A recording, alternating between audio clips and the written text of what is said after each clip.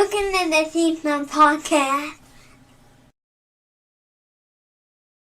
What's going on, everybody? Welcome to the Scene Snobs Podcast. I'm your host, Mick Manhattan, and it is an all-new episode. And I'm so glad that you joined and you are here, either watching live or listening or watching later. Thank you guys so much. I want to say how much I appreciate you guys jumping on. And if you haven't already, go check out our new Snobs merch store, which is available. If you guys haven't checked it out, it is available. It is up and running. And we've put some new stuff out there.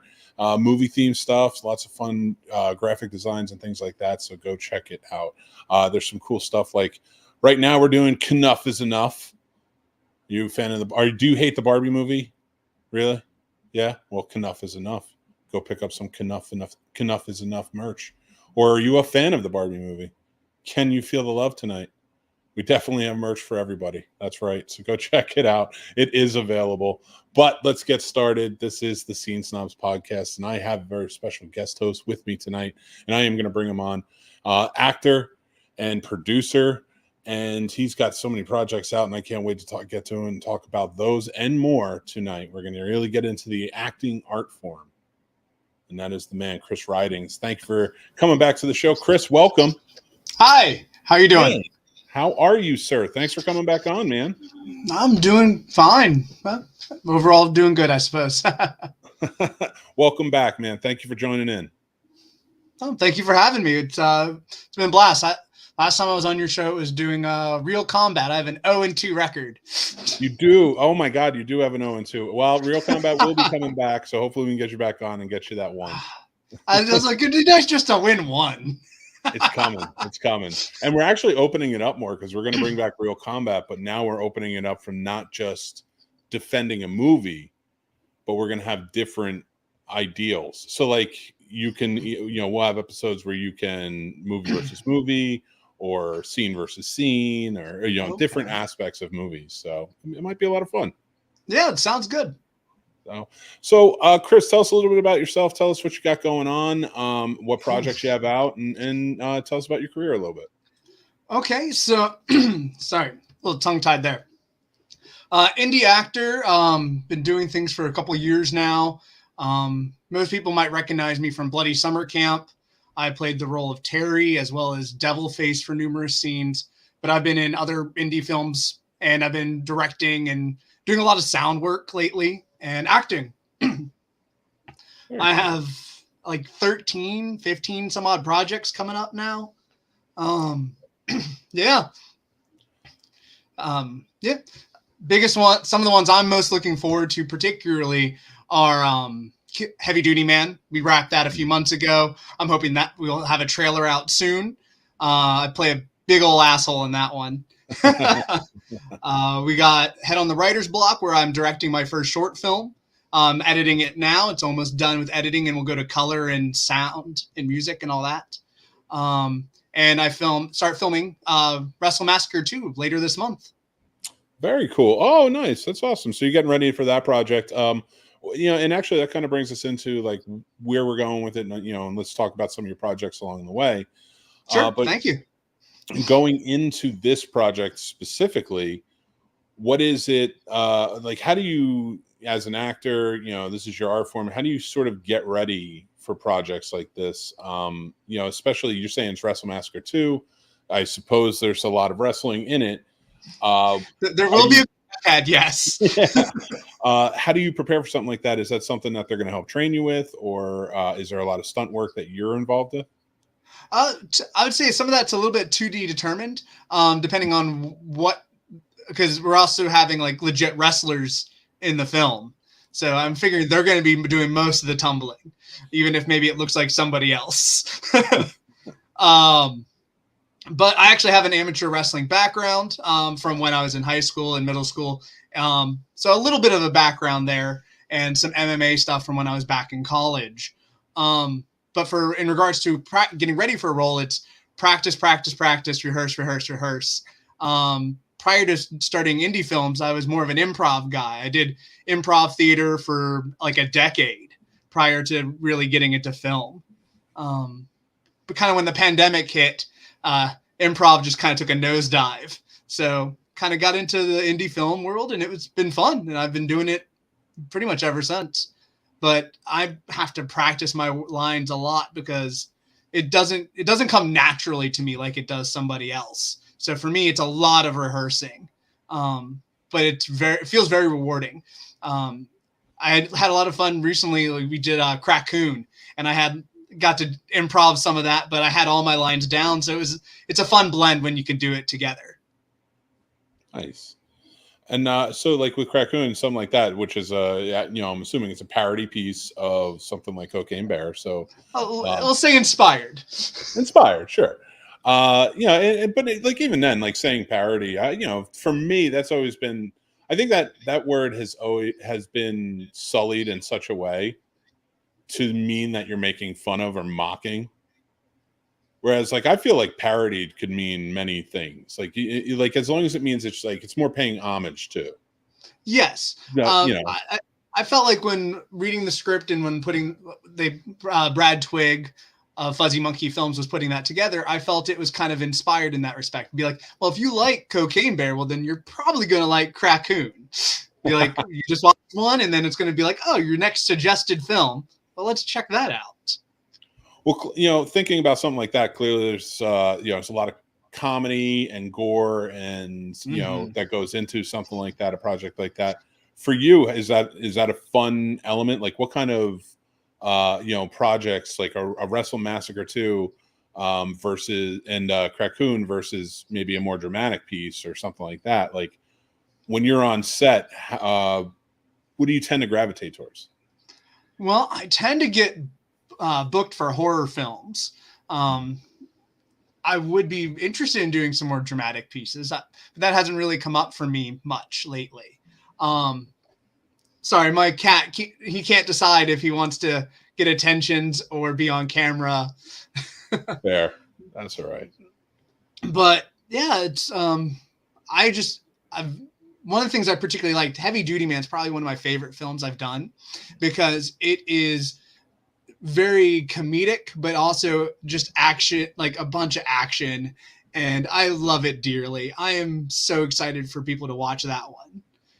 I think it's going to be a nice blend that people are going to enjoy, and people are going to see different sides of actors that they've gotten to know in the indie community, where you've seen a lot of us in various horror films. This is really a chance that some people will see us stretch our arms and wings and all that stuff. Particularly love Shonda Rhimes' character in our film. She gets to, if you loved her comedic bits in Bloody Summer Camp or other films, we let her just run wild in some scenes, and it shows. That's awesome. Yeah. And for something like that to be able to step in, and I remember when you guys were getting ready to film that, and now it's cool that, you're a few months out and like a trailer's getting ready to, like, that whole process just has to be such a good feeling, even from an acting standpoint, because you're watching this whole thing. It's just like this, it's got to be surreal. Oh yeah. I mean, I helped produce it and put it together for Heavy Duty Man. My production company, Hitless Video, was involved as well aside Cinephoto. So I was in the trenches with it for that film. That's awesome. That's very cool. So for you, like, what made you want to get into acting? Like what was like your spark, the thing that really pulled you into it? Well, for improv particularly, it was just I enjoyed it. But as I've gotten older, indie film, not to sound, I guess, maybe a little sad or maybe, but it was mostly to make friends. I kind of wanted to expand and be part of a community. I enjoy acting. I enjoy producing and directing. And I have made some money off of doing those things, but it's not my day-to-day work anymore. You know what I mean? Mm-hmm. Yeah. So, but it is the sense of community that can come from that is enjoyable. And I mean, as we get older, it's harder to make new friends. It's harder to meet new people. And I thought it'd be a great opportunity to get into indie film to do that. Yeah, no, that's a great way to think about it too, because you really do get into this community. And like you said, especially with the indie community, it's really sort of it comes together and pulls people in. So and it's just this group that kind of stays together. Like I know you've worked with, you spoke about Shonda Rawlings and such, and I love her pretty well. She's fantastic. Yeah. And you've worked with her a few times and a few others. How, when you step on set and you see people who you are so familiar with from other projects, like, what is the feel with, like, maybe some newcomers that come in? Like, how do the ones that are familiar with each other sort of absorb the newcomers in? Like, what's a process for that? Well, I think it really depends on what they want to do. Like, for example, with Heavy Duty Man, I'm going to give a small shout out there. I have a buddy named Isaac, who's now my buddy. But at the time, we didn't know him. An actor of ours, Catherine, was like, hey, I have this friend named Isaac. He wants to learn. Can he come on set? And we're like, yeah, bring him. And I asked him what he wanted to learn about.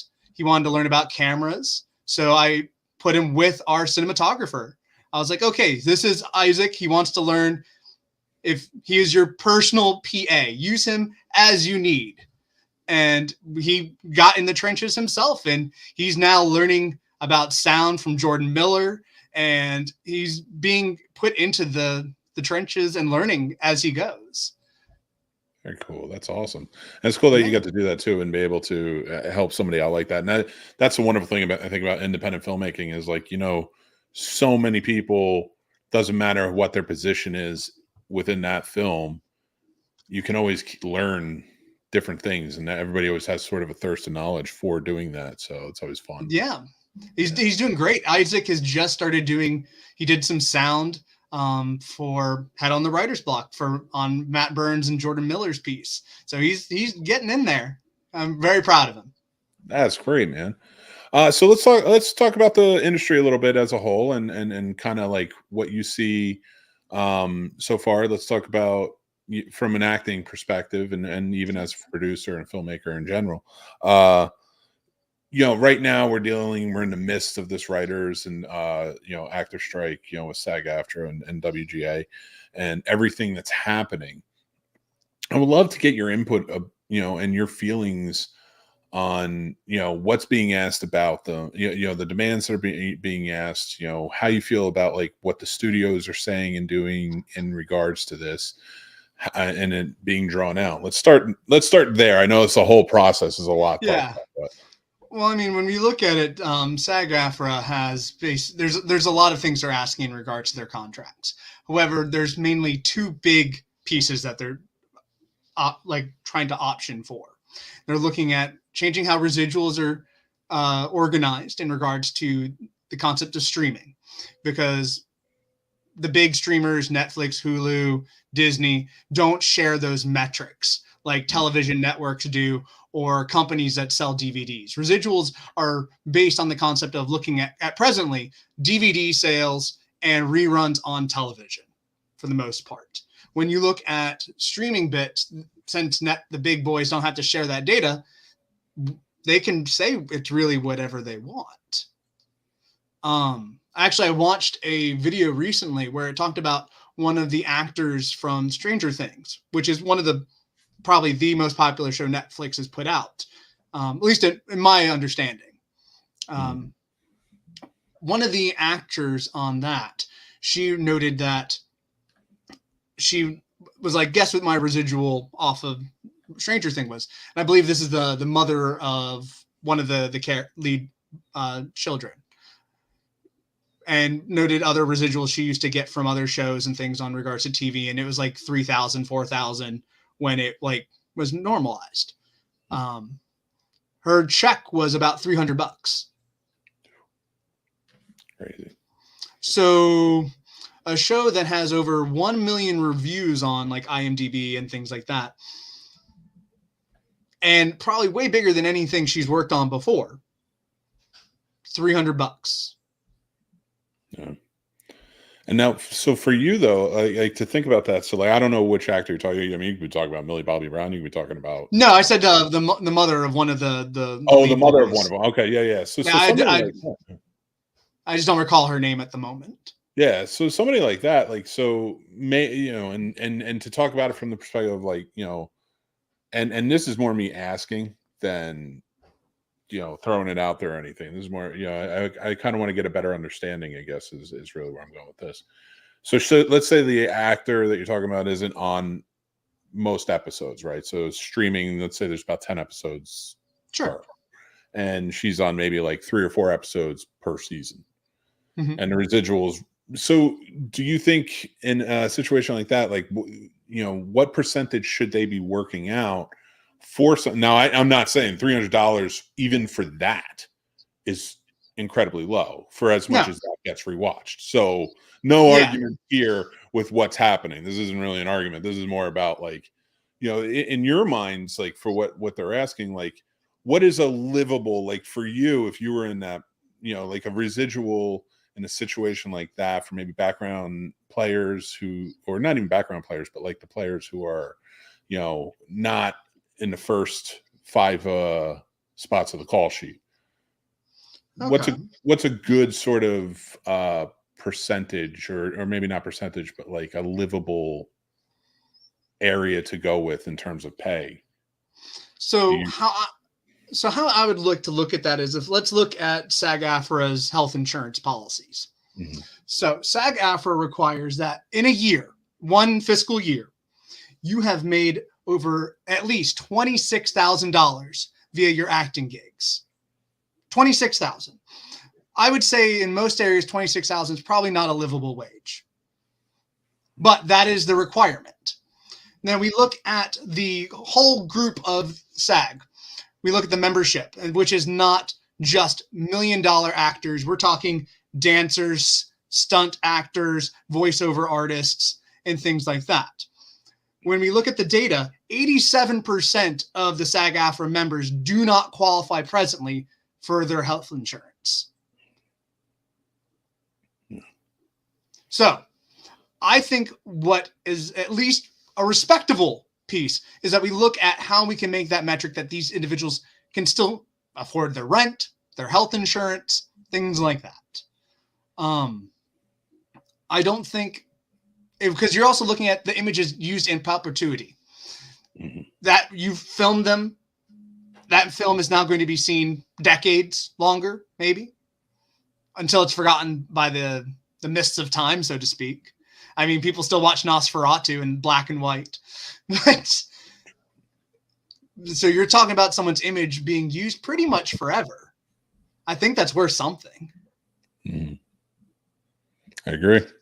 Especially if you've also have them acting and doing things that were dangerous or revealing, people who participate in nudity or sensitive scenes. I mean, that is forever on film. Even if they had a small part in a show, like let's say one episode, but they still do something revealing or dangerous, I think that still also rightfully should be compensated. Well, actually, while you're saying that too, let's talk about it a little bit. So, like the new Flash movie just came out, and we got a lot of cameos in that. Now, a lot of cameos of people who are gone. They've since been passed. Now, you may have the creators of those characters say it's okay to put the characters in. Now, characters, different story. Actors, we know Christopher Reeve showed up. Has passed away. Adam West was in the movie. And George Reeves. So, all 3 actors passed away, and they've used their likeness very closely. In your opinion, something like that, so many years later, even if the families agree to it, and I'm sure they were paid or however. Well, I don't even know. We don't know if they're paid. Nobody's sure of anything anymore. If they even had to, some actors don't get paid for that stuff. There was an article I read recently about an actor for Call of Duty. He got his self scanned for one role. They did it for the video game. Then the video game company took his likeness and put it in another game and didn't compensate him for it, even though they had the scans and they put him in the game. They used his face. They used his voice. But he wasn't paid for it. And that was it then. It was just that we own you. Yes. Now that's already happened. That really sucks. That man's alive. Oh man, you just got to live with that. Like that really, like, bugs the hell out of me that you can just, and there's no rule against it. Now, I mean, listen, now I'm saying all this, and I know I'm saying all this, and in reality, it's like that's exactly what everybody's fighting for at the moment. Well, I agree with that too. Yes, they are fighting that. For me, one, I think it takes out not even just one. Like the background actors, for example, where Bob Iger and others have talked about, let's scan day actors, get them from background, and use their likeness for forever, basically. One, you're not just taking the background actors' employment away at that point. You're talking about costume designers. You're talking about makeup artists. You're talking about craft. You're talking about all sorts of other jobs that are linked together as just one giant system. If you pull part of that out, the living wages of all those other individuals is also going to be compromised. Yeah. But that's the systems piece I'm thinking about at the moment. But another piece for me is, like, let's say an actor, and I have been background for films before, and I've done that for bigger films. What I worry about in regards to the concept of scanning background and doing that stuff is my likeness maybe being used for a film that I have moral obligation or resistance towards. Yeah. There's films that I wouldn't want to participate in as an actor because of, let's say, the subject matter or what's going on in the scene. But then if someone had my likeness, I have no say in that.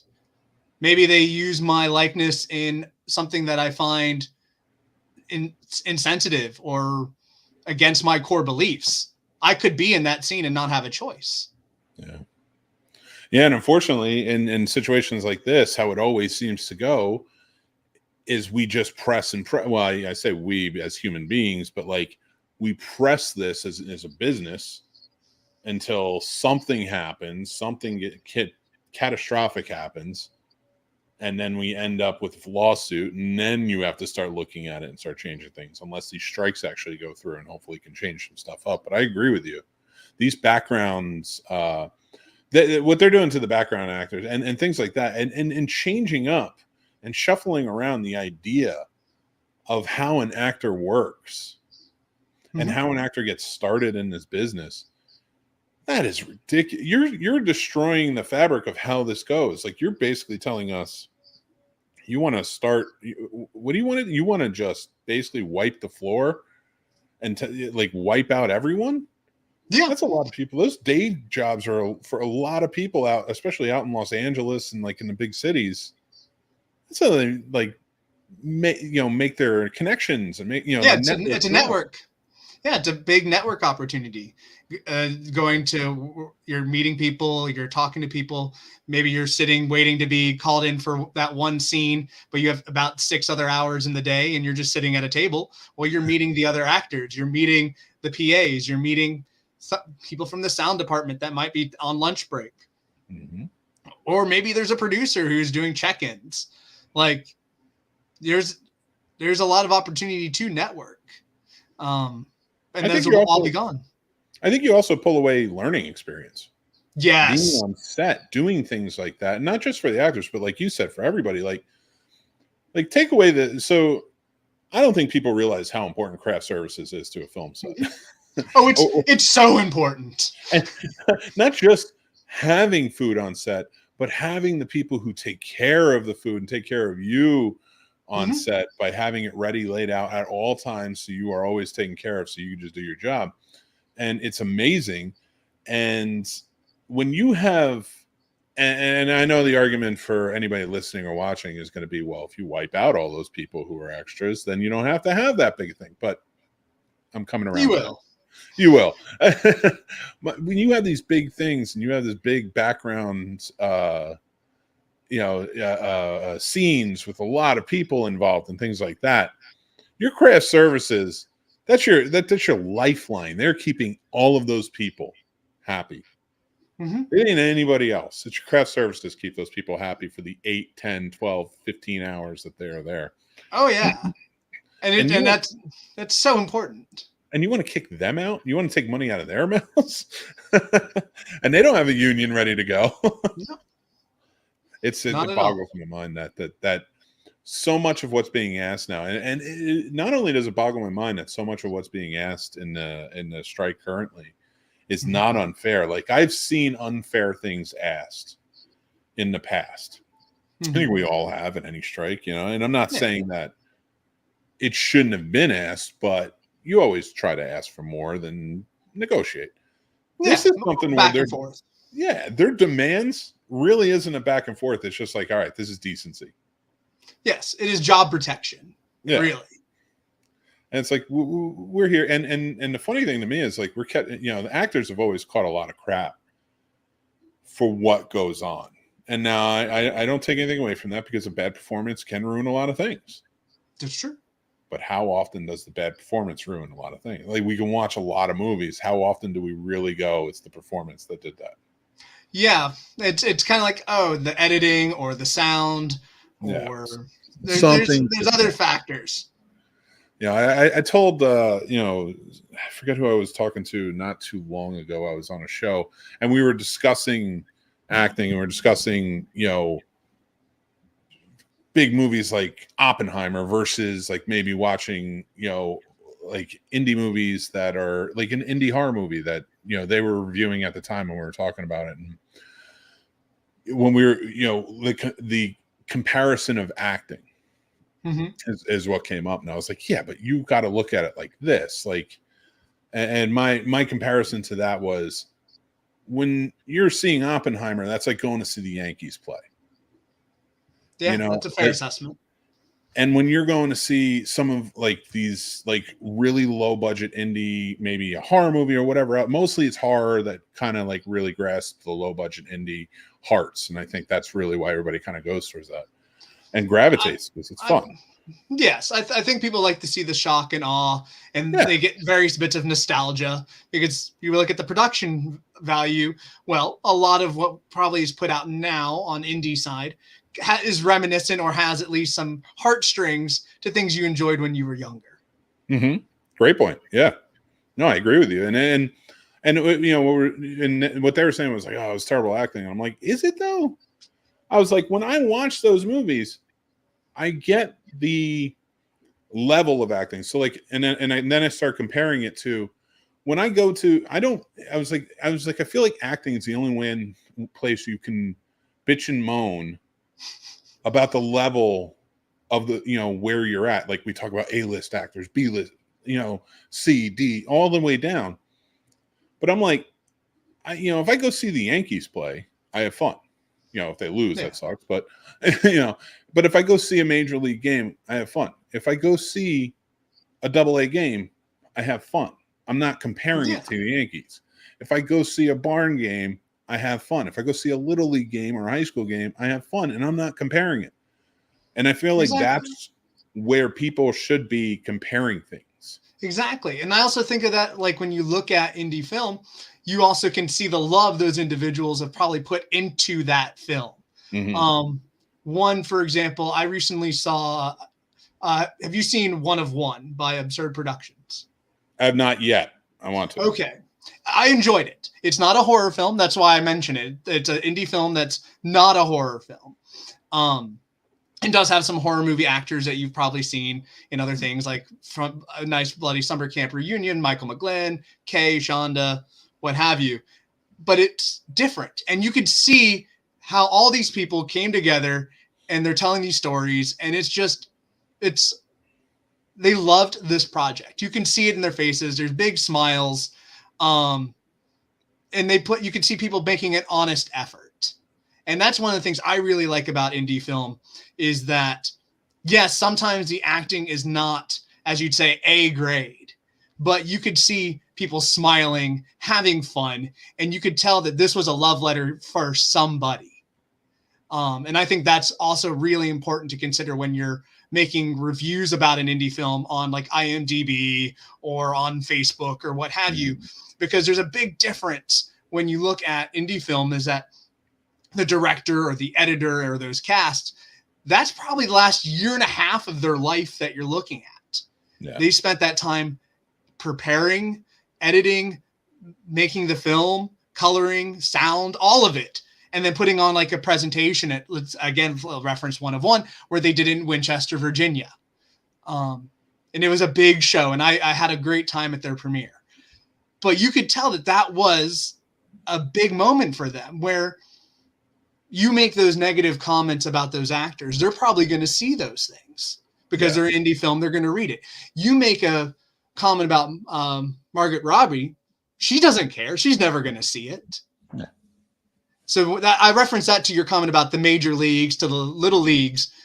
Same thing. Those minor leagues, they'll probably hear about what you're saying. They might see the sign that you're doing or holding or negative stuff. Where the major leagues, they don't care.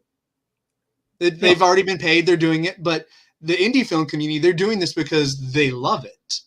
It's something they enjoy. Yes, some people are making more money than others, but a lot of it is because they want to make movies. As a director, as a writer, as a cinematographer, sound, actor, what have you. This is a passion for someone in that movie, not just a paycheck.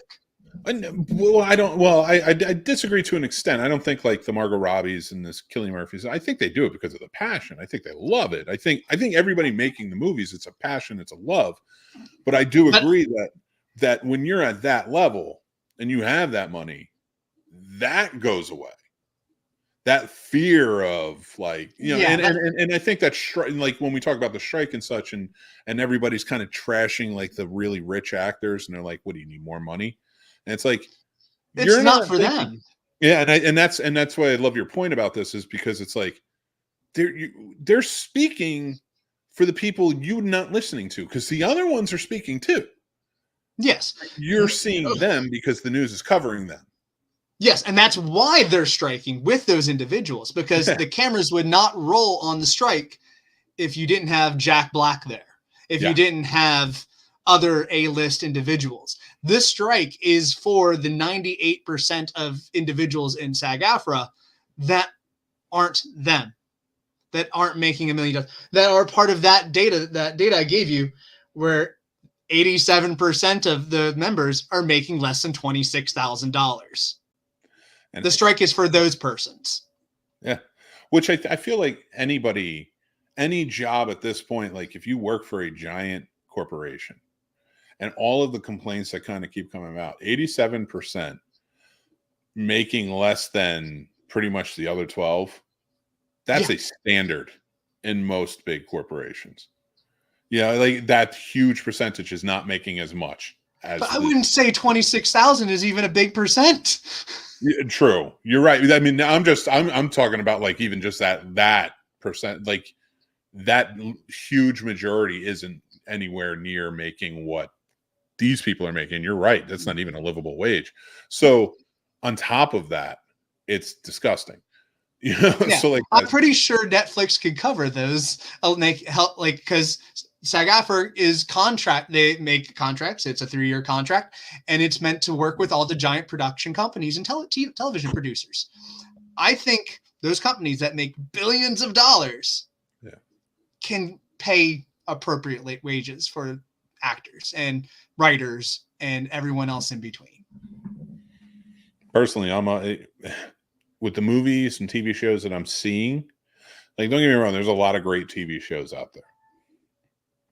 But with the movies and TV shows that I'm mostly seeing online, and especially with these streaming services and some of these studios, the quality is so poor that you're watching these and you're like, in terms of, storytelling and where it's going, because it's just, you can tell there was too much interference.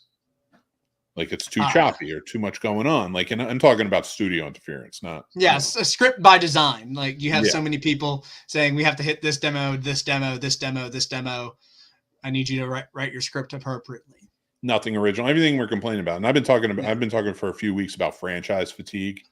How I truly think everybody as an audience, for the most part, is just getting tired of franchises in a whole, because the stories are just fizzling. Because at this point, it's like they're just continuing. We're so used to, as creatures of habit, having a beginning, a middle, and an end, and being able to go on to the next thing.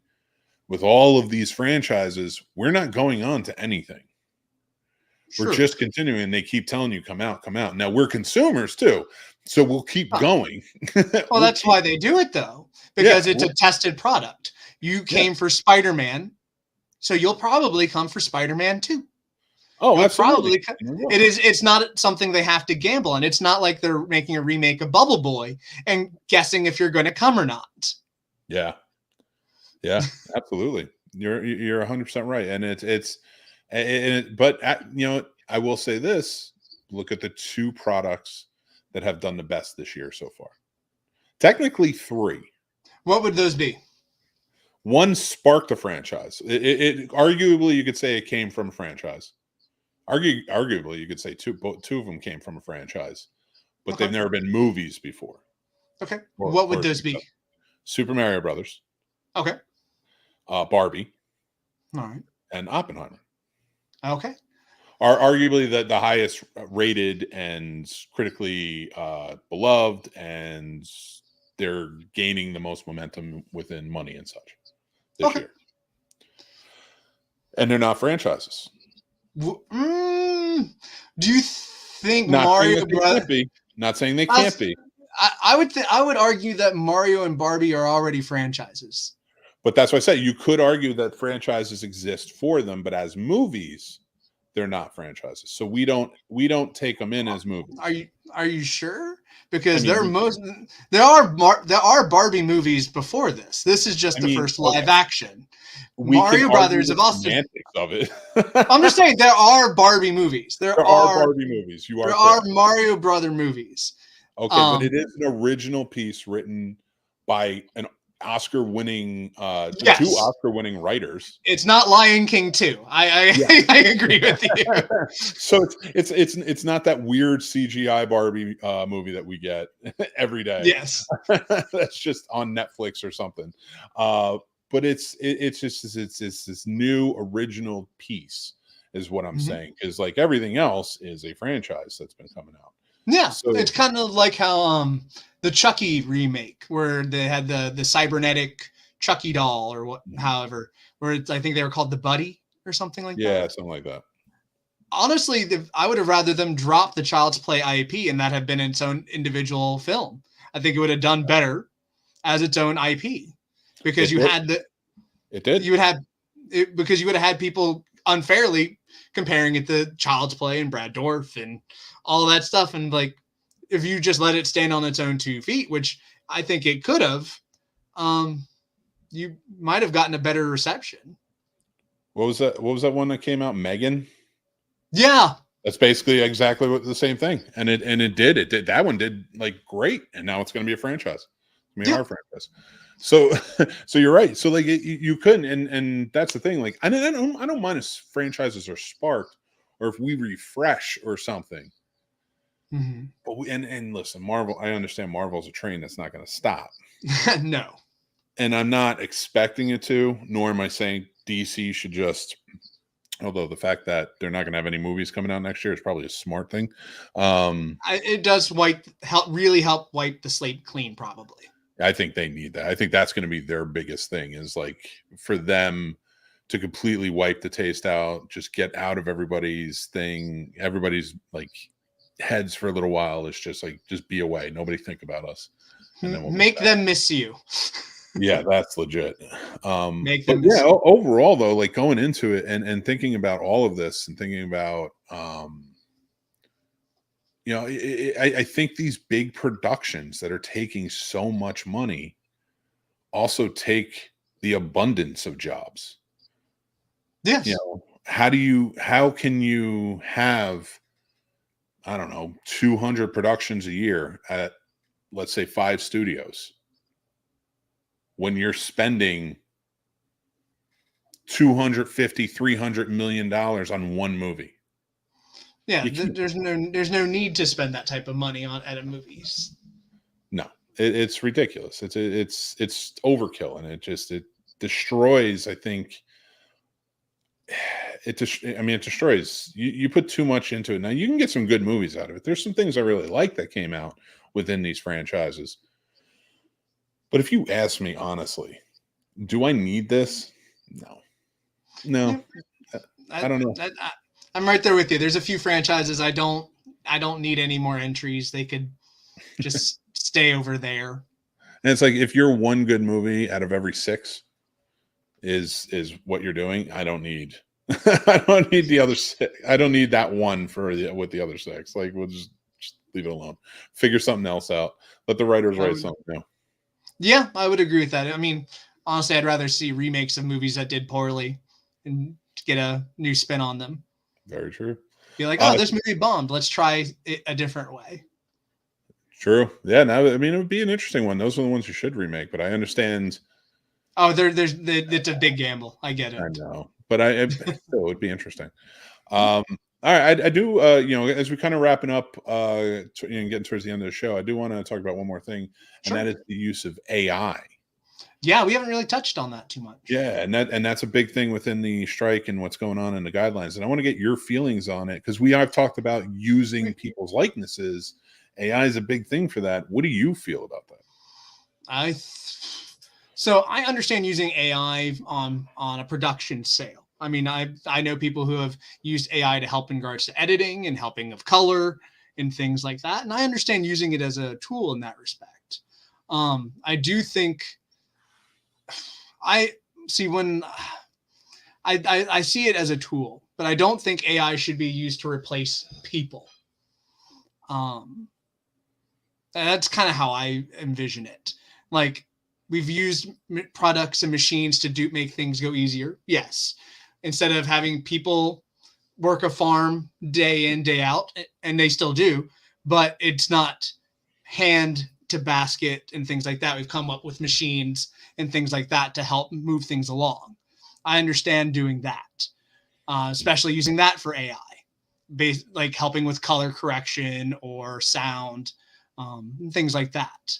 But I don't agree so much in using it as a replacement for people or creatives and things like that. Does that make sense? Yeah, I get that. And yeah, with the deep fakes and everything else, I understand. That is scary to me. That is scary, but that's what's coming. That's what scares me.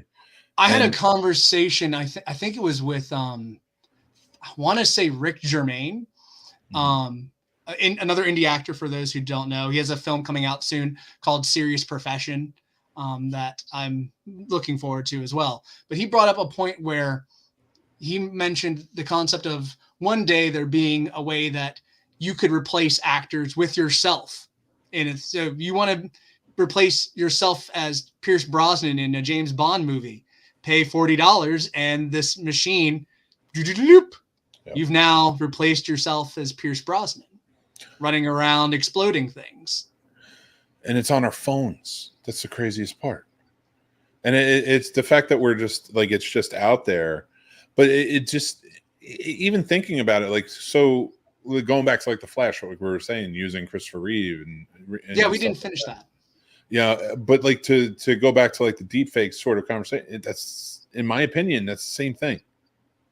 Yeah, you're basically deep faking this man who's passed away, and like, he has done interviews where he's like, I don't know if I feel comfortable with my face being used or my likeness being used after it's gone with something that I haven't approved. Yeah. So like, or read or been a part of, Yeah. And there's alive actors that they could have done instead of Christopher Reeve, they could have asked Tom Welling.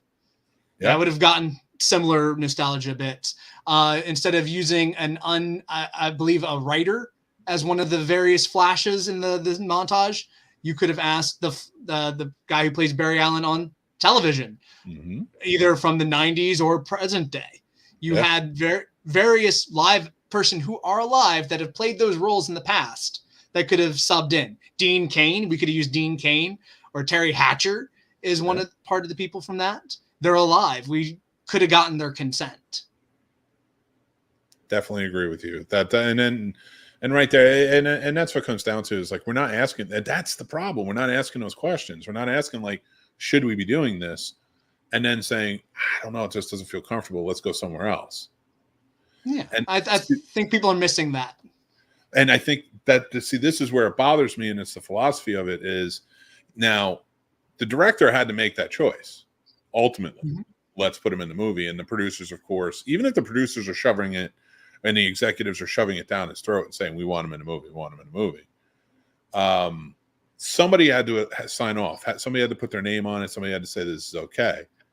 And if we're not multiple people, you're right. And if we're not willing to draw the line in these instances with the people that are already dead, while people who are still alive are fighting to say, I don't want this to happen to me when I'm dead. Yeah. What are we doing? And that's where I'll actually give Marvel some credit. We have not seen a Stan Lee cameo made by CGI or AI or anything like that. They've not done it. And I kind of appreciate that, because I think it would be kind of hollow to see Stan Lee show up in a new X-Men movie. Yeah, they've only ever done it with pictures. Like, since he's been gone, like they might put a picture in the background or something, which to me is fine. Like, I get that. You know, I feel it's always okay to pay homage to and put like a poster or a picture up in the background or something. But and I'm glad you pointed that out. It's true. And not just on top of that, they haven't used anybody. I can point out DC and be like, there's a lot of people who passed away that you've used their likeness. You've even used Christopher Reeve's likeness before in many other things. Yeah. So like it's I mean, it comes down to it where, you know, you think about this and it's just like, you have people on a picket line right now fighting to stop this, and you're still doing it. And it's not just at the studio executive level. So, you know, it gives me something more to think about, you know? Mm-hmm. So, but yeah, I appreciate the conversation about this, man. Chris, you know, you're, you know, being in the business and talking about it and understand, you know, as much as you understand, like, I appreciate you enlightening me on a bunch of stuff and coming on and being a guest host this week.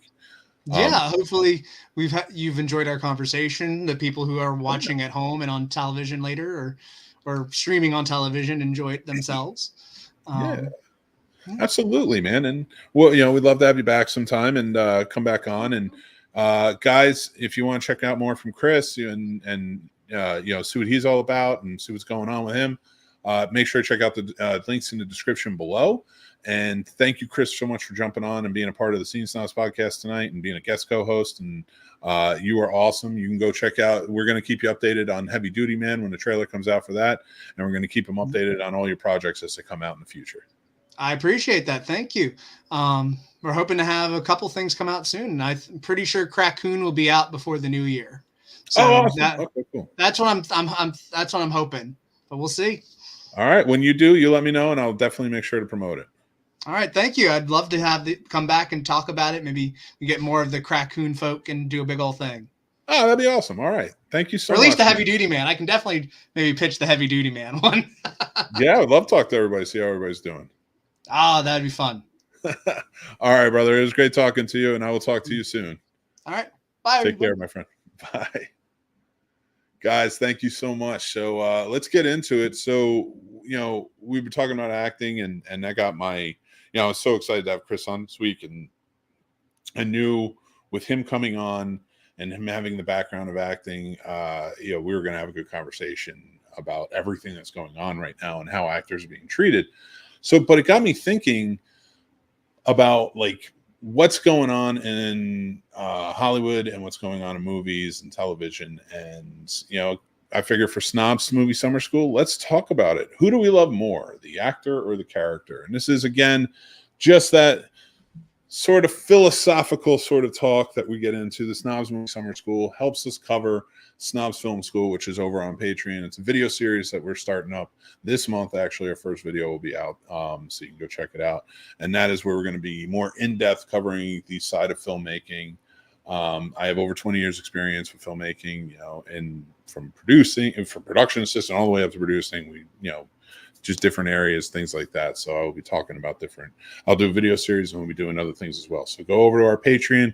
It's down below the link. You can go check it out. But Snobs Movie Summer School is here on the podcast. We just talk about things in movies, you know, from behind the scenes perspective, and, you know, just kind of rap about it. So if you're in the comments, please feel free to join in, talk about it, and let's get into it. So I was thinking about it from the perspective of when I think about actors, and like we were talking about, like, it's so easy to say you hate actors, or you hated a movie because of this actor did this, or this actor did that.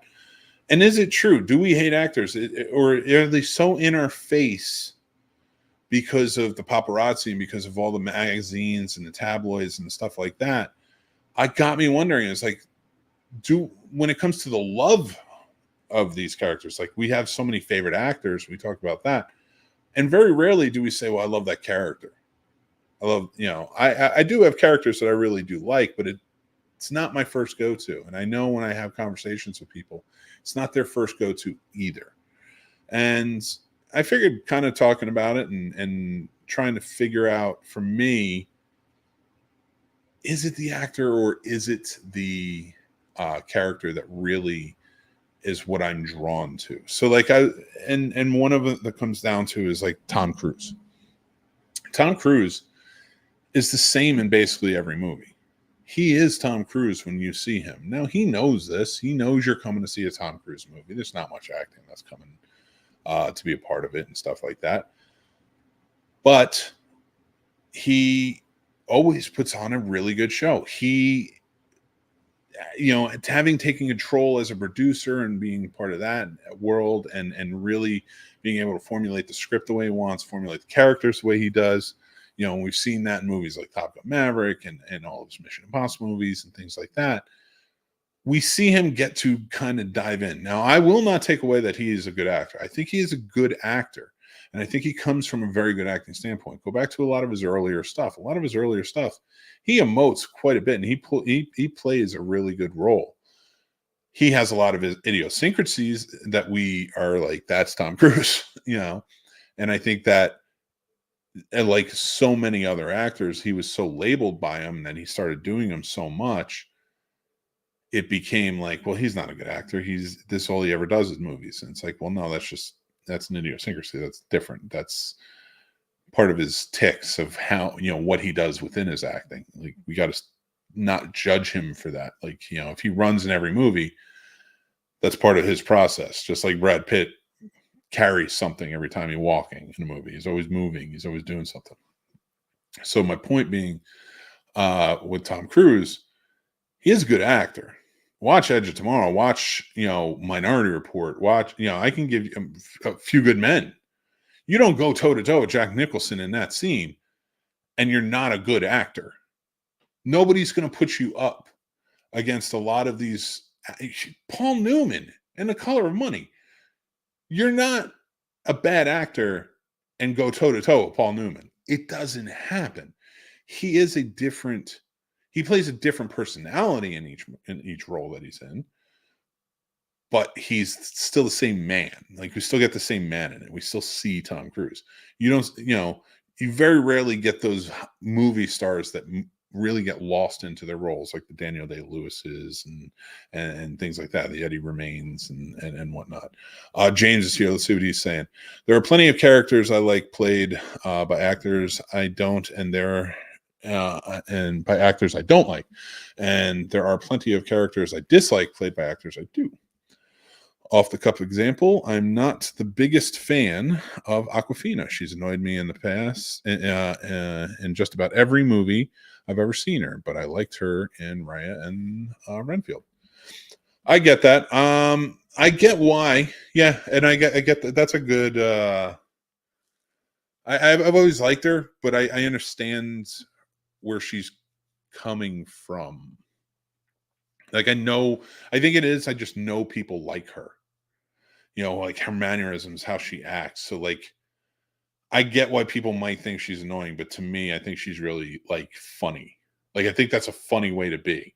And I think that's why she resonates with a lot of people, because some people just don't recognize that. And I understand why a lot of people may not either, So, that's who she is. So, but yeah, no, I get what you're saying, James. But yeah, especially in those movies, I think she is the most likable in both those movies. So that's a great point. But I also I would put in I would put up there maybe Shang-Chi as well. She was pretty good in that. She was very likable in that. So, and I liked her in Crazy Rich Asians. She was very good in that too. So like with, talking about that, and we were talking about Tom Cruise, and Aquafina is a good example of that. We get a lot of actors who, when they step on screen, you either love their characters or you hate their characters. Sometimes they play it, sometimes it's just who they are. It just like, you see their face and it's just like, I cannot watch this. I have mine. I'm not going to say who mine are because I feel like sometimes you pop those out and people would just get pissed. Like, I will say it at another time, but like, I'm not going to say it right now because I want that to be in more in-depth conversation. But for me, like, there are actors like I'll turn on and I cannot watch them. I'll say one. I can't watch Sandra Bullock.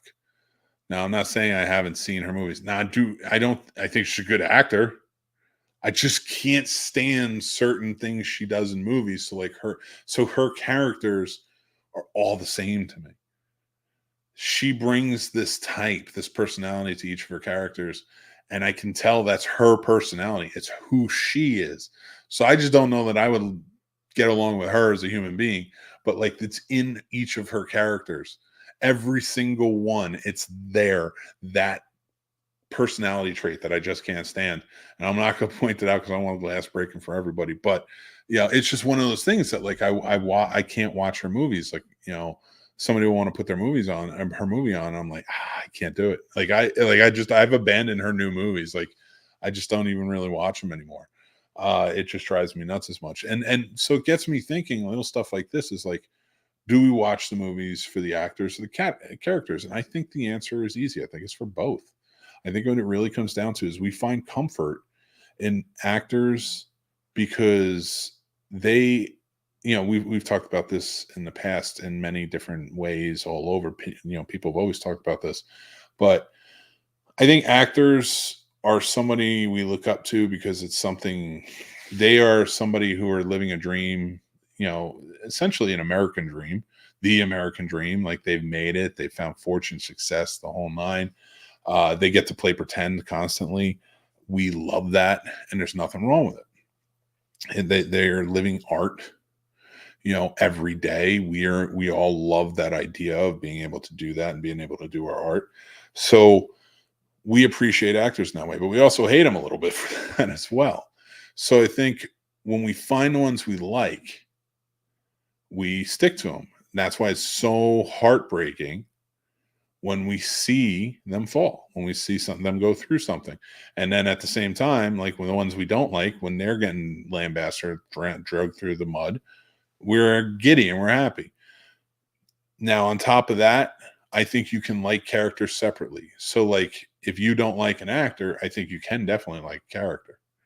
I think you can like a character they play. I think you can enjoy it, and I think you can walk away from it and be completely fine by it.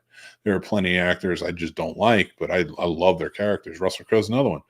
As an actor, I'm just not a big fan of his. I'm not a big fan of his as a person, but some of his characters blow me away.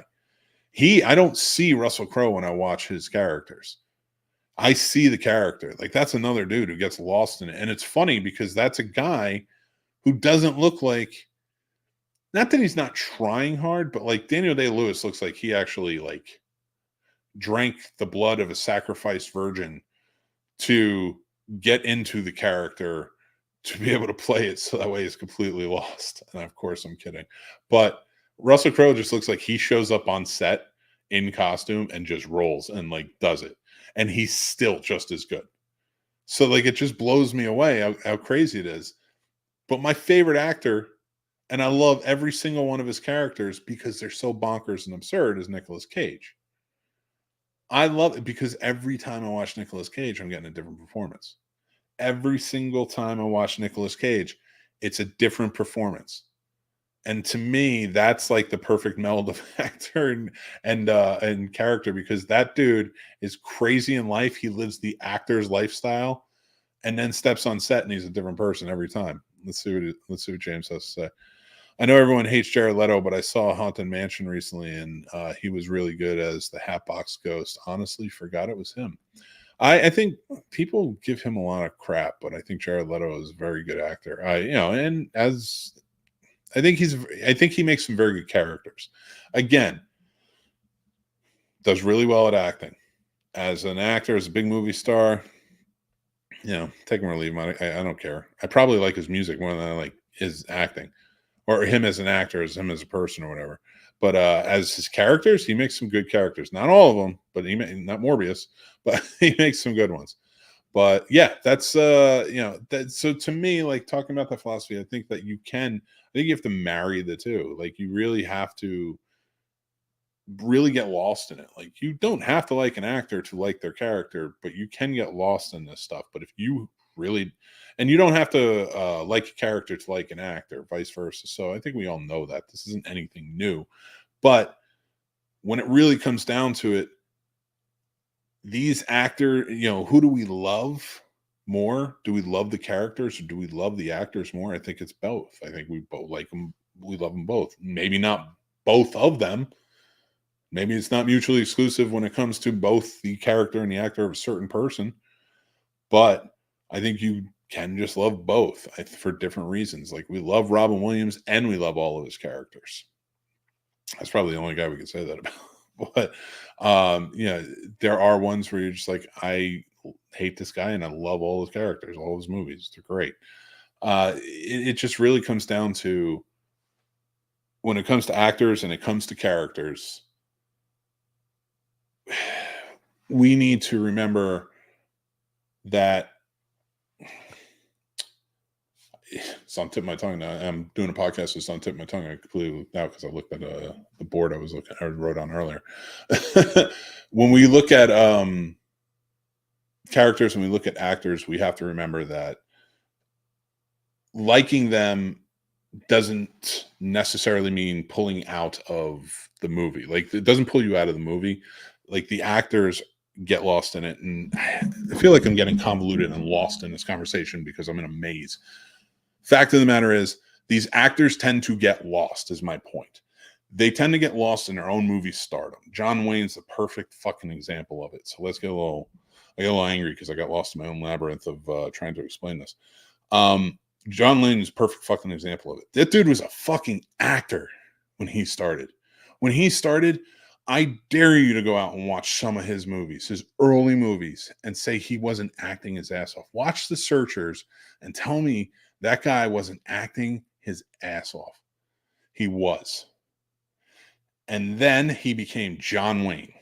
And that's really what he became, a character of himself. And that character of himself became every character in the movie after him, except for True Grit. I will give it to True Grit. He was trying in it. But every movie afterwards, it was just John Wayne delivering lines. And everybody could say the Shootist was great because it was John fucking Wayne. It really was. And that's what we get. So, like, when I talk about the Tom Cruise, I argue against that because I think that's a guy who kind of found both.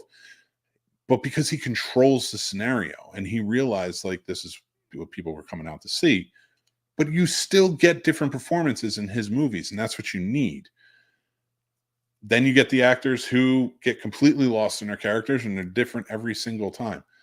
I am getting tired of the ones that don't get lost in it. And we just have, and really one of the biggest culprits of it now is Ryan Reynolds. And I'm going to end on this. I don't want to shit talk Ryan Reynolds because I do love Ryan Reynolds. I love when he pops up in movies. It's always fun. I want him to play Deadpool forever, stuff like that. But tell me when the last time you saw Ryan Reynolds really acting, really get lost in a character. And if you, and I mean, I'm talking convincingly, tell me. Because you can't. Because he's been Ryan Reynolds in a movie for a very long time. But it wasn't always like that. He used to get lost in roles. And if you can watch movies of his now where he gets lost in emoting and doing different things within certain characters, and you're like, yeah, this is great. This is perfect. But ultimately, every movie he's put out recently, it's like the John Wayne effect. It's just a character Ryan Reynolds has created for himself. I don't even think that's who he is in real life. I think it's just who he's created for himself that he can do in all his commercials and all his movies. And we just love it. And you can go home. And that's when I think I'm getting really tired of. And I think that's why I was getting so frustrated trying to explain the difference between actors, characters, and where it's coming from. But ultimately, I think that's where Detective Pikachu... No, it's the same thing as Ryan Reynolds as Pikachu. He is the same in everything. And I can enjoy it because I like him, because I like his personality, and his personality is out there and it's fun. And his control, much like Tom Cruise, where Tom Cruise picks the roles for himself and he fastens it around to the characters that he wants to play and that he knows he can play. Ryan Reynolds takes the role and he fastens it around of Ryan Reynolds will fit in this. The Ryan Reynolds character that I created will fit in this world. Let's do it. You know, I can be a futuristic time traveling space ranger who has to go back in time and find himself as a kid, then go save his dad or do whatever. Adam Project. I can be a guy who's in a non-playable character in a video game, but it's all Ryan fucking Reynolds. It's all the same. So that's where I'm going to finish. And I'm not angry about Ryan Reynolds doing that. I know many actors who, you know, after a while, once it gets to that point, and you're a movie star and you play it, that's what it is. But when it gets down to that point, we are starving for actors and characters to love, and it's getting tiring not having that. It's really what it comes down to. And more, like we were talking about the Jared Leto's. Like, I do like Jared Leto because he does get lost in his roles. You never really know what you're going to get, and then you get something like Morbius, and you're like, "Come on, dude, really phone that one in." But that's my feeling on it. Hopefully you guys enjoyed my rant on that. That's basically all that was a fucking rant. So that was Snobs Movie Summer School rant of this week. But yeah, hopefully you guys enjoyed that one. If you're watching on the clip, I went a little haywire, but hopefully you enjoyed it. You know, go back and watch the podcast. We had a fun conversation about acting and such. But let's get started on our last segment of the night, and that is, did I just fix the 2014's Teenage Mutant Ninja Turtles? That's right. I'm going to try and fix the 2014 Teenage Mutant Ninja Turtles. The one that did well because it got a sequel, but it was widely crapped on. People did not love this movie. I saw this in theaters, and I remember when I saw it in theaters, it was the day, and I'm bringing them up again. So if you're listening to the clip, you have to go back and watch the podcast. But I'm watched this the day Robin Williams passed away. I was kind of bummed out. Like so I went to the movies, and there was nothing to do. I went to like a little Cineplex, that two theater Cineplex. Sat down in a seat. I was just chilling out, you know, and like there's like a mom brought like 4 kids in. I think they were like 9 or 10 or whatever, and they're sitting like a few rows behind me, so whatever. And I'm watching a movie, whatever, and these kids are like watching it. They were, you know, I didn't care if they were talking through the whole thing. It is what it is.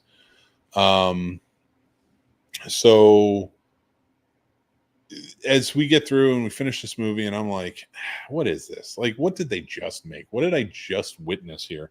These kids are freaking out. Now, I'm just telling this story before I get into my fix. These 4 kids are like, I want to be Donatello. I want to be Raphael. I want to be Michael. Oh, you should be Leonardo. Blah, blah, blah. And like, they're like, let's go home and play. It's like the mom took these 4 kids out, and I know they were going to play Ninja Turtles. And it warms my heart because it reminded me when I was a kid watching and playing Ninja Turtles. I always got to be Michelangelo. Loved it. But yeah, that was so like when I watched it, so there's always like a soft spot in my heart for 2014 Teenage Mutant Ninja Turtles, even though it's not great. But there's a soft spot in my heart for it because I saw those kids freaking out and like wanting to play and like identifying as the characters. Like that was always something for me that was like will always resonate, and I love that.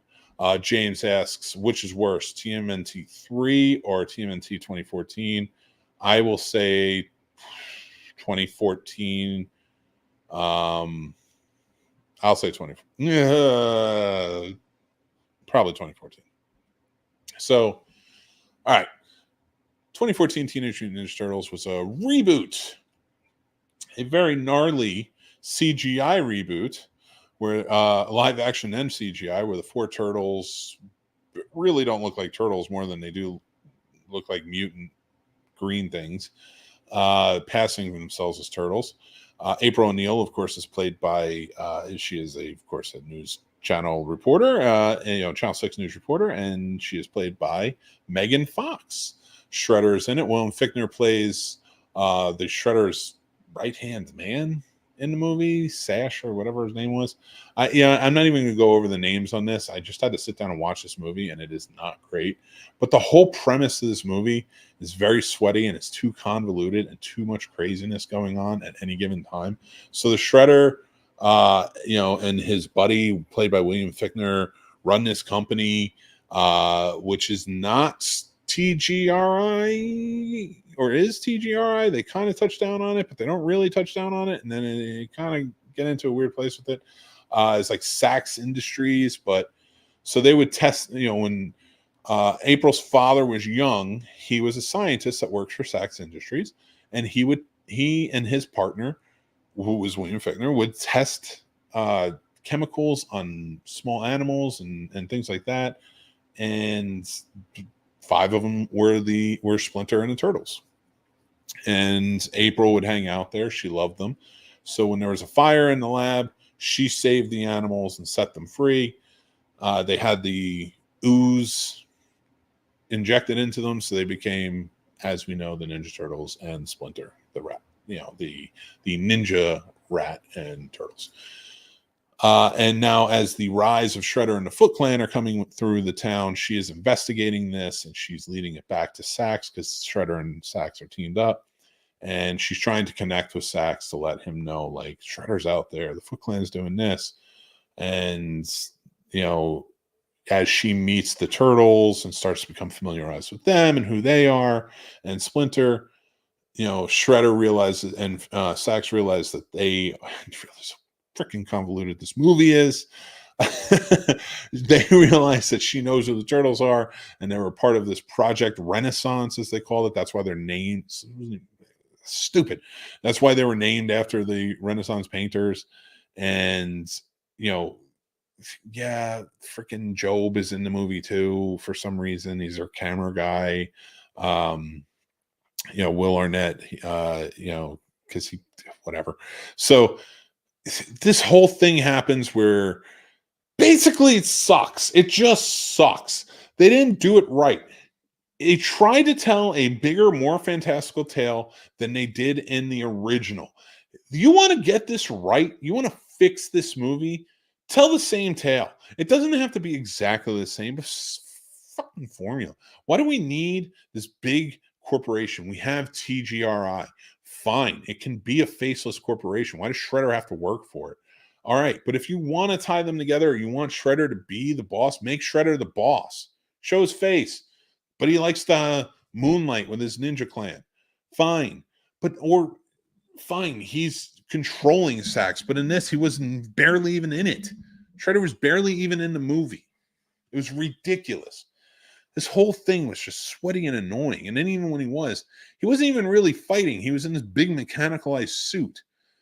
All right, I realize that this isn't me fixing it. This is me more bitching about it. But it isn't annoying. I realize I have a soft spot in my head, but that's literally it. With those kids wanting to play the game. This is not a soft spot. This episode's going off the rails real fast. But in reality, if you're going to fix this movie, you need to tell a more subtler tale. This gets so overblown, and I think that's what they do with the Ninja Turtles in such big ways.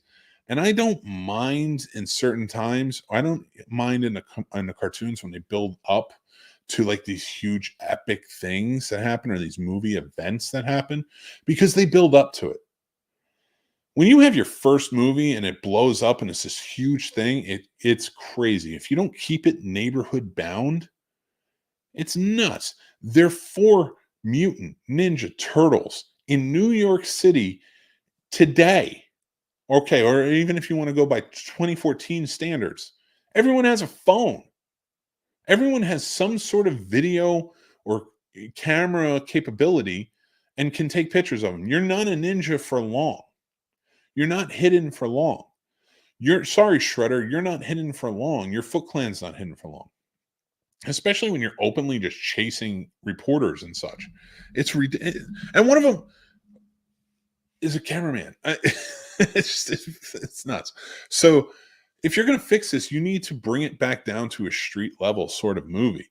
And I don't think there's anything wrong with that. The Ninja Turtles have always been a street level sort of comic book. And that was what its charm was. And again, The cartoons and the comic books went to an epic place. And I'm not even saying the movies can eventually go to an epic place. But what are you doing? Like the first one, like they have huge skyscraper battles and like people are seeing everything that's happening. Now, granted, by some will or grace, nobody saw Ninja Turtle in the movie. So whatever, but they all saw Shredder and the Foot Clan, so they all know who they are. But whatever. It's annoying. It really comes down to the fact that it was too big and too all over the place, and they lost control of what it was. We've even gotten out of New York City. They go to upstate New York. They kidnap the turtles to what makes no point, in my opinion. They make it. There's no point in any of the kidnapping of what's happening for where Raph has to go and save them and bring them back. Like it to come back to New York. It was just a stupid, wild, adventurous ride that just didn't need to happen. And it just took away from the story that you could have been telling. You could have been character building. You could have been making this good. One of the best things about the Ninja Turtles was there's such rich characters to them. They're all four of them are different. But in these movies, they were so goddamn similar. So my fix for this was to update it. Show the challenges of having to be a ninja. Having to be teenagers, mutants, trying to be ninjas trained. We're in a world where you're in New York City, the busiest place, the most populated place, with the most cameras everywhere, and not be caught, seen, or heard anywhere. That would have been so interesting. But do it from the perspective of both sides. Shredder now trying to take over a city in secret. That would have been great. And April desperately trying to make a name for herself, so she is going after this Foot Clan because she gets a taste of it. Get rid of the father storyline of or being connected to the turtles in any way. Get rid of all that stuff. You don't even need to, like they did in the original movie, you don't even need to explain the TGRI or what's going on. You could just say, like, listen, it was 15, 20 years ago or whatever. We got mutant crap on us, ooze, whatever you want to call it. I don't care. And then tell the story, and then just tell those challenges and have some fun with it. They're going to be a great idea. And practical. Go with practical or better motion cap. Do not put the movie out with how they look. They look terrible. I don't know who passed that along. At least like make their faces look somewhat recognizable. They don't have to look exactly like they did in the cartoons in the 80s. I get it. They look juvenile in the 80s. But at least make their faces look like turtles, one. Two, recognizable to the fans. And three, make their, at least have their personalities and who they are shine to us. I think if you're going to fix this movie, you need to bring it down. So that's my biggest fixes for this. You bring it down to the street level. You show all of the problems with it, like, them trying to overcome all of these issues of trying to stay hidden while Splinter is staying, and maybe the frustrations with their father of him. He's always underneath the ground, not worrying about it while they're out there doing the thing. I would also love to see a cool reboot, of the comic books and how vicious they were early on. But I get it. This is a kids thing. And you want to go with that. But even if you do it with the fixes that I'm saying, you can make it a kids movie. You can make it work. You can make it fun. You can make them teenagers where they're having fun. And that's what's pushing the limits, and maybe they learn from Shredder, out of their frustration with Splinter. Shredder starts to maybe lure them in and say, hey, think about hanging out with us, whatever. Or maybe one or two of them, like Raph or something. And like he starts to learn the ways of the ninjutsu through Shredder. I think that would have been an awesome fix for it. Something different, something that adds an element to it that tells us why they're still effective ninjas in a world today. Tells us it's a street level movie, so it doesn't seem so bloated and we're wondering where the hell is everyone. Why is New York not understanding what the hell's going on while cranes and all this other crap are happening? So it just drives me nuts that they didn't push into this. But I think this new movie is going to be really good. This new Mutant Mayhem, it may be big, but it's animated. I think it's going to be fun. It seems like they're going to be playing it up a lot. It seems like they're going to be taking a new direction with the villains, so I'm excited for it. Let's see what James has to say. James says, didn't they learn ninjutsu from a book in that movie? They did. You don't have to do it that way. You can tell any story you want to tell. I'm not saying it has to be that way. I'm not saying that movie has all perfection in it. But what I'm saying is it's a better movie than we got, you know? So let's push for something like that. Like it's a street level type of movie that we really enjoyed, and like it made sense to us. Not this overblown stuff that they keep giving us. I'd love a Stephen Capelli Jr.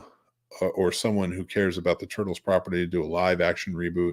It worked for Transformers. Yeah, I agree with you. That would be really awesome. But I would love to know what you guys think. Did I fix the movie? Did I fix Teenage Mutant Ninja Turtles from 2014? Do you think my ideas would work to incorporate a better version of that movie? Sound off in the comments. Please let me know. Or you can sound off in the Discord. Talk to me there or any one of our social networks.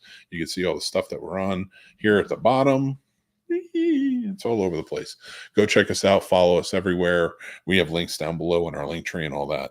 So please join in. Let's have a good time. Talk about it. You know, it's going to be fun. So I'm Mick from the Scene Snobs. I want to say thank you to my guest co-host tonight, Chris, for joining in. We had a really good time. He's awesome. He's a good time. His movies are fun. And I always it's always nice to really have him on and really talk about like what he's got going on and things like that. He's been on a show a few times before, not just Real Combat, but some other stuff as well.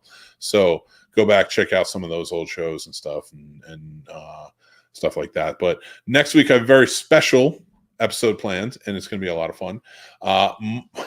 One of my guys who helped me start in this, Mario Malillo from Mario Likes Movies. He's also a filmmaker. He's going to come in and guest host with me. He's going to step in. He helped me get into the world of podcasting, helped me get into the world of movie reviews, doing this. Like after I got out of the film industry, you know, I was living in LA and I moved back, and he helped me get into like the marketing side and all that stuff. So he's going to be joining me as my guest co-host. We're going to be talking about a lot of stuff. So make sure to tune in. It's going to be a fun live show, or make sure to watch or listen anywhere. We're on every podcast platform. You can go check us out. I want to say thank you guys so much for watching and listening.